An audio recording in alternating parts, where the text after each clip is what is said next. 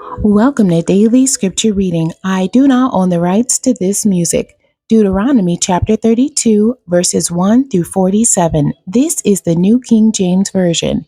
Give ear, O heavens, and I will speak, and hear, O earth, the words of my mouth. Let my teaching drop as the rain, my speech distill as the dew, as raindrops on the tender herb, and as showers on the grass. For I proclaim the name of the Lord. Ascribe greatness to our God. He is the rock. His work is perfect, for all his ways are justice.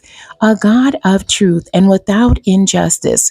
Righteous and upright is he. They have corrupted themselves. They are not his children because of their blemish, a perverse and crooked generation. Do you thus deal with the Lord, O foolish and unwise people? Is he not your father who bought you? Has he not made you and established you? Remember the days of old. Consider the years of many generations. Ask your father, and he will show you, your elders, and they will tell you. When the Most High divided their inheritance to the nations, when he separated the sons of Adam, he set the boundaries of the peoples, according to the number of the children of Israel. For the Lord's portion is his people. Jacob is the place of his inheritance. He found him in a desert land, and in the wasteland, a howling wilderness. He encircled him, he instructed him, he kept him as the apple of his eye, as an eagle stirs up its nest, hovers over its young, spreading out its wings, taking them up, carrying them on its wings. So the Lord alone led him, and there was no foreign God with him. He made him ride in the heights of the earth, that he might eat the produce of the fields. He made him draw honey from the rock, and oil from the flinty rock, curds from the cattle and milk of the flock, with fat of lambs and rams of the breed of Bashan, and goats, with the choicest wheat. And you drank wine, the blood of the grapes. But Jeshurun grew fat and kicked. You grew fat, you grew thick. You are obese. Then he forsook God, who made him, and scornfully esteemed the rock of his salvation.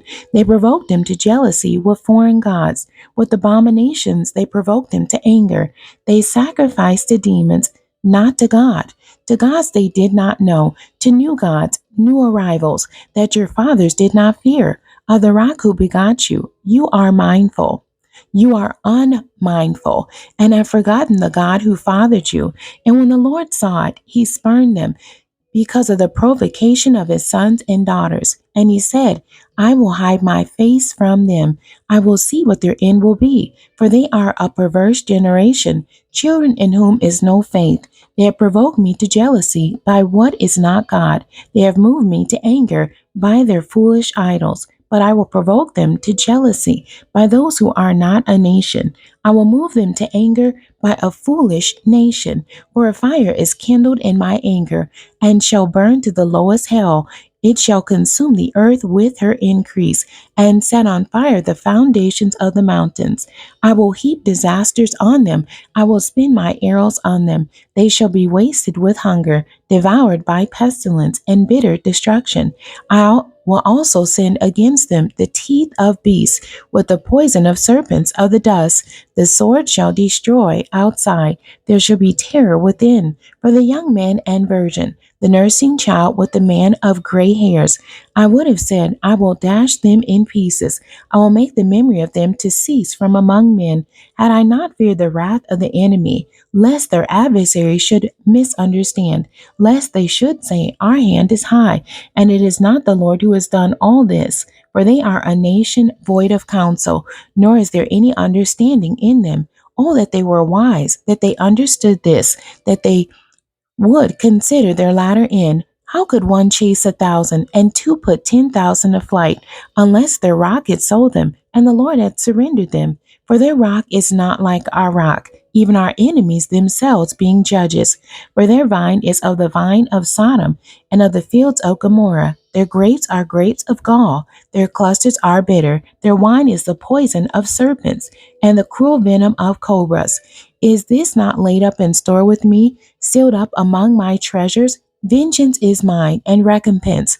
Their foot shall slip in due time, for the day of their calamity is at hand, and the things to come hasten upon them. For the Lord will judge his people, and have compassion on his servants. When he sees that their power is gone and there is no one remaining, bond or free, he will say, "Where are their gods, the rock in which they sought refuge? Who ate the fat of their sacrifices and drank the wine of their drink offering? Let them rise and help you and be your refuge. Now see that I, even I, am He, and there is no God besides me. I kill and I make alive.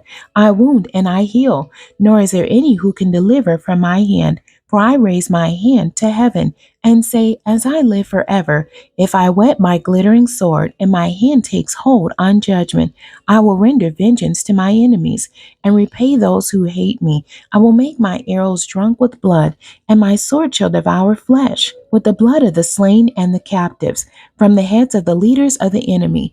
Rejoice, O Gentiles, with his people, for he will avenge the blood of his servants and render vengeance to his adversaries. He will provide atonement for his land and his people. So Moses came with Joshua the son of Nun and spoke all the words of this song in the hearing of the people. Moses finished speaking all these words to all Israel, and he said to them, "Set your hearts on all the words which I testify among you today, which you shall command your children to be careful to observe all the words of this law, for it is not a futile thing for you, because it is your life, and by this word you shall prolong your days in the land which you cross over the Jordan to possess." The end. God bless you, and thank you for joining me today.